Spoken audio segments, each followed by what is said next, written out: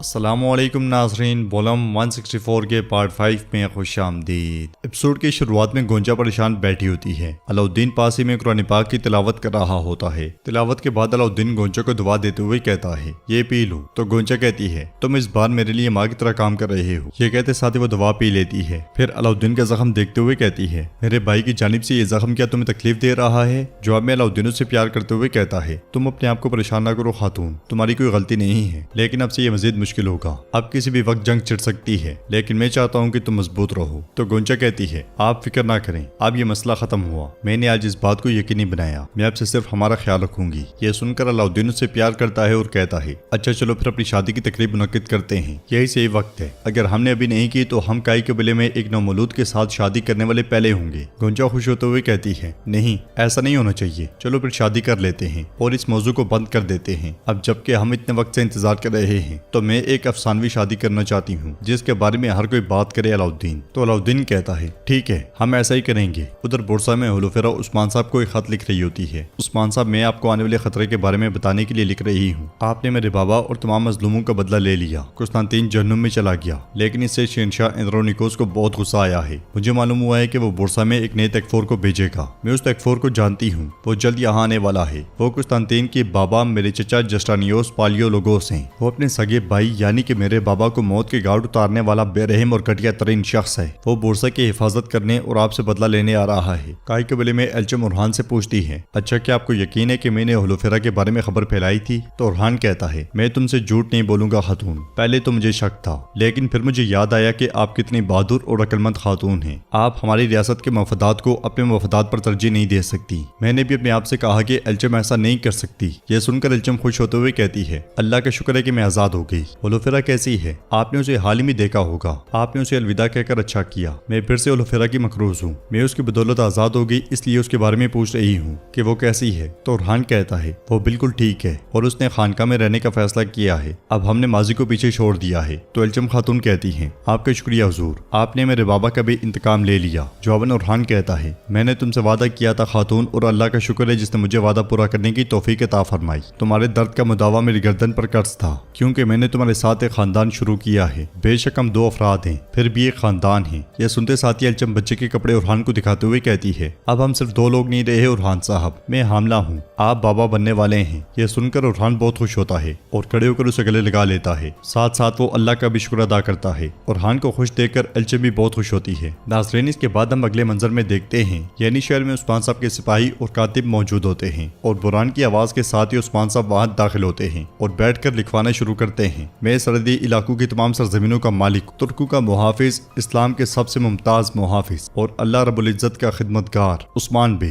آواز کے ساتھ ساتھ عثمان صاحب کا یہ فرمان سردار یعقوب تک بھی جا پہنچتا ہے۔ خط میں لکھے ہوئے عثمان صاحب کے الفاظوں کے ساتھ آواز گونجتی ہے میں وہ ہوں جس نے تمام تر فتنوں کے باوجود اپنی سرداری کو وسعت دی اور اسے ریاست بنا دیا۔ میں نے سب کو اپنی مرضی سے اپنے تابع کر دیا۔ میں ہر اس شخص سے توقع کرتا ہوں جس تک یہ پیغام پہنچتا ہے کہ وہ اس ریاست کو پہچانے گا جس کو میں نے قائم کیا ہے۔ فرمان پڑھنے کے بعد سردار یعقوب کو بہت غصہ آتا ہے اور وہ اسے مسل دیتا ہے۔ فرمان سردار کے رستے تک بھی جا پہنچتا ہے جس میں مزید لکھا ہوتا ہے دوسری صورت میں میرے ملک کی سرحدوں پر واقع تمام جائیدادیں ضبط کر لی جائیں گی اور ہر وہ شخص جو مبارک ترک ریاست کے خلاف نکلے گا۔ عثمان صاحب کا فرمان قسطنطنیہ میں بھی جا پہنچتا ہے جسے کمانڈر کھول کر پڑھتا ہے۔ وہ میدان میں ہمارے سامنے کھڑے ہو کر اپنی مخالفت کا اظہار کرے، نہ کہ پیغام بھیج کر اللہ کی رحمت ہم سب کا احاطہ کرے۔ اس سب کے بعد عثمان صاحب کھڑے ہو جاتے ہیں اور کہتے ہیں یہ خطوط پورے جہان کے تمام حصوں تک پہنچائے جائیں گے اور پہلا خط قسطنطنیہ میں شہنشاہ اندرونیکوس کے پاس جائے گا۔ آپ کوتاہیہ یعقوب صاحب بنی جاندار اور بنی کارسے کے پاس جائیں گے۔ یہ شمال میں ناصریوں تک، جنوب میں بدوئیوں تک لے جائیں گے۔ آپ ہر طرف جائیں گے اور وہ سب ہماری ریاست کو تسلیم کریں گے۔ چلیں آپ کا سفر آسان ہو۔ یہ سنتے ساتھ ہی وہ سب چلے جاتے ہیں اور عثمان صاحب اپنے ساتھیوں سے کہتے ہیں اورحان صاحب کے علماء کرام کی طرف پیغام روانہ ہو چکا ہے؟ تو اورحان کہتا ہے بالکل حضور، ہم نے قاصد بھیجے ہیں تاکہ ہم انہیں اپنے وطن میں دعوت دے سکیں۔ یہ سن کر عثمان صاحب کہتے ہیں ہم اپنے پاس موجود تمام صلاحیتوں کو استعمال کریں گے،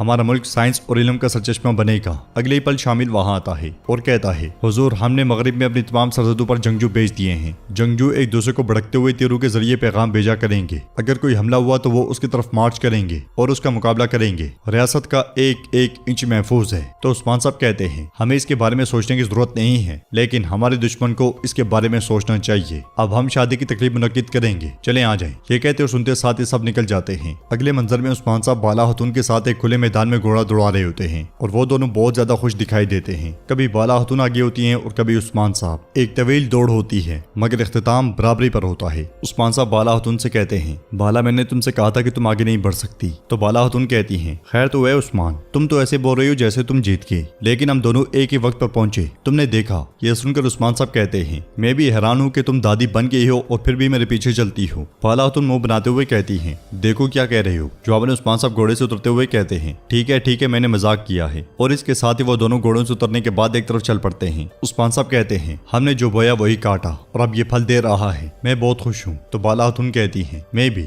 وہ تمام خواب جو ہم نے کل دیکھے تھے وہ ایک ایک کر کے پورے ہو رہے ہیں۔ یہ سن کر عثمان صاحب کہتے ہیں، ہاں بالکل ایسا ہی ہے، ہمارے پوتے پوتیاں ہوں گے، ہمارا خاندان بڑا ہوگا اور ہماری سرزمینوں میں اضافہ ہوگا، ہماری قوم اس چنار کے درخت کی جڑوں کی طرح مضبوط ہوگی۔ تو بالا خاتون کہتی ہیں، یہ سب آپ کے ارادے اور ایمان کی بدولت ہے، آپ اس ملک کی جڑیں عثمان، اور جڑیں مضبوط ہوتی ہیں تو اس کا سایہ بھی اتنا ہی وسیع ہوتا ہے اور ہماری اولادیں بھی آپ کے راستے پر چلیں گی۔ یہ سن کر عثمان صاحب کہتے ہیں، یہ ہم سب کی کوششوں کا پھل ہے، اگر میں اس عظیم ہوائی درخت کی جڑ ہوں تو تم اس کی مٹی ہو جس میں یہ جڑ ہے، میں نے اپنی طاقت اس مٹی سے حاصل کی، تم ہمیں اپنی شفقت اور رحم دلی کے ساتھ سمیٹتی ہو۔ تو بالا خاتون کہتی ہیں، میں نے اس خواب کو اپنا دل اور اپنی جان دے دی ہے، تمہارا راستہ میرا راستہ ہے عثمان۔ تو عثمان صاحب کہتے ہیں، میں یہ جانتا ہوں، یہ بتاؤ میں تمہارا حق کیسے ادا کروں؟ تم نے اس مقصد کے لیے بے شمار آنسو، پسینے اور خون صرف کیے ہیں، تم اس راستے پر میری ساتھی ہو، میرے بچوں کی ماں ہو اور میرے دل کی ملکہ ہو۔ یہ سن کر بالا خاتون خوش ہوتے ہوئے پوچھتی ہیں، اچھا تو اب ہماری منزل کیا ہے عثمان؟ تو عثمان صاحب کہتے ہیں، ہمارا راستہ ریاست کا راستہ ہے، ادھر کائی قبیلے میں شادی کی تیاریاں زور و شور سے جاری ہوتی ہیں، خواتین اور مرد کھانا بنانے میں مصروف ہوتے ہیں کہ اس لیے میں غازی الجن کے پاس آتا ہے اور کھانے کو سونگنے لگ جاتا ہے، پھر کہتا ہے، مائی سے کتنی خوبصورت خوشبو آ رہی ہے۔ الجن غصے سے کہتی ہے، ہاں تو کیا ہوا، کیا تم نے پہلے کبھی نہیں کھایا؟ غازی چمچ کھانے کے قریب کرتا ہے تو الجنوں سے پیچھے کرتے ہوئے کہتی ہے، ہٹو ہٹو، اپنے بابا کی طرح لگ رہی ہو۔ یہ سنتے ساتھ ہی غازی کھانا بنانے والے مردوں کے پاس جاتا ہے اور کھانے کے پاس جا کر اسے بھی سونگنے لگ جاتا ہے۔ الجن غصے سے اسے دیکھ رہی ہوتی ہے اور کھانا بنانے والا اس سے کہتا ہے، غازی